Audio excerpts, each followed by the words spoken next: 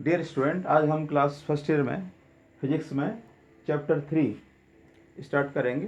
Chapter का नाम क्या है आपका? विमीय विश्लेषण। इंग्लिश में बोलते हैं डायमेंशनल एनालिसिस। सबसे पहले देखिए हमें क्या देखना है, विमाएँ क्या होती हैं। विमाएँ को इंग्लिश में हम बोलते हैं डायमेंशियंस। तो देखिए विमाएँ की डेफिनेशन क्या है? किसी भौतिक राशि की विमाएँ वे घातें होती हैं जिन्हें हम भौतिक राशि के मात्रक को व्यक्त करने के लिए मूल मात्रकों पर चढ़ाते हैं, तो उन्हें क्या कहते हैं? हम विमाएँ कहते हैं। तो देखिए विमाएँ सबसे पहले हम किस तरह से निकालेंगे वो समझिए। तो देखिए सबसे पहले हम देखिए छोटी राशि होती है, जैसे द्रव्यमान है आपके, तो द्रव्यमान की विमाएँ क्या होती है आपकी? एम, कैपिटल एम से नोट करेंगे और विमा को हम बड़े ब्रैकेट के अंदर लिखते हैं। इसी तरह से लंबाई की विमा क्या होती है आपकी? एल। चौड़ाई की विमा भी जिसमें डिस्टेंस होगी उसमें विमा हम क्या लगाएंगे? एल लगाएंगे। जैसे चौड़ाई की विमा क्या लिखेंगे? एल। ऊंचाई की विमा क्या लिखेंगे? एल। त्रिज्या की विमा क्या लिखेंगे? एल। इस तरह से विस्थापन की विमा क्या लिखेंगे आप? एल। जिसमें आपकी डिस्टेंस आएगी उसकी विमा आपको क्या लिखनी है? एल लिखनी है। इसी तरह से समय की विमा क्या आ जाएगी? टाइम, इसलिए टी से नोट करेंगे, कैपिटल टी से। टेम्परेचर जो है आपका, तो उसको थीटा से नोट कर लेंगे। अब देखिए एक सिस्टमेटिक ढंग से हम निकालते चले जाएंगे।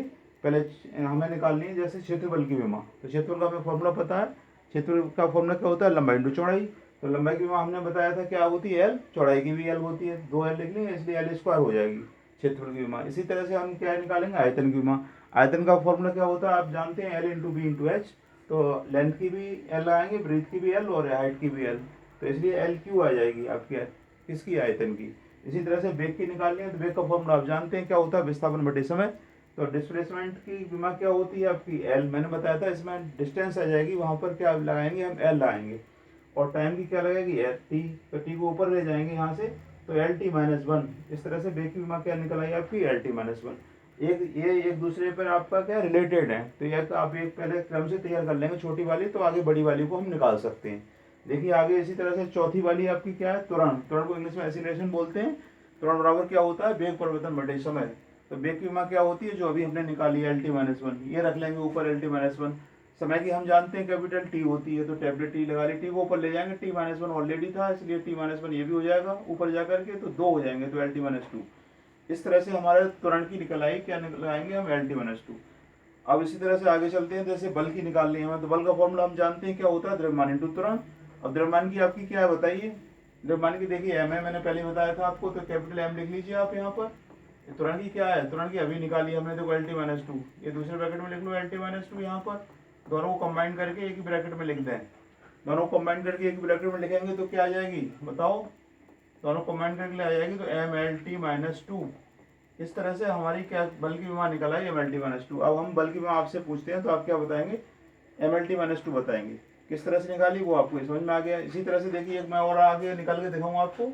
सपोज ये करो कार्य, कार्य की आपसे मैं पूछूं कार्य की विमा क्या होती है, तो कार्य का फॉर्मूला आपको पता होना चाहिए। क्या होता है बताओ? कार्य का फॉर्मूला होता है बल इंटू विस्थापन। तो बल इंटू विस्थापन लगा दीजिए, बल ये लगा दिया मैंने, इंटू विस्थापन ये आ गई। अब देखिए दोनों की विमा आपको पता है वो रख लीजिए यहाँ पर।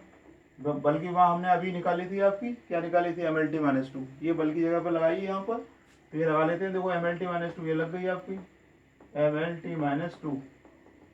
विस्थापन की मैंने बताया था जहाँ पर डिस्टेंस होगी वहाँ पर क्या लगाएंगे आप? एल लगाएंगे, इसलिए डिस्प्लेसमेंट की क्या आ जाएगी? एल आ जाएगी आपकी। दोनों को कंबाइन करके एक ही में लिख दीजिए एक ब्रैकेट में, तो क्या आ जाएगा बताओ? एक ब्रैकेट में लिखेंगे तो एम तो एक ही है आपका, एल दो हो गए यहाँ पर, एक एल ये एक एल ये, तो एम एल स्क्वायर और टी माइनस टू। इस तरह से आपकी क्या निकल आई? कार्य की विमा ये निकल आई। समझ में आ गई होंगी आपको। इस तरह से आगे विमा इनको समझें और आगे और निकालें। थैंक्स।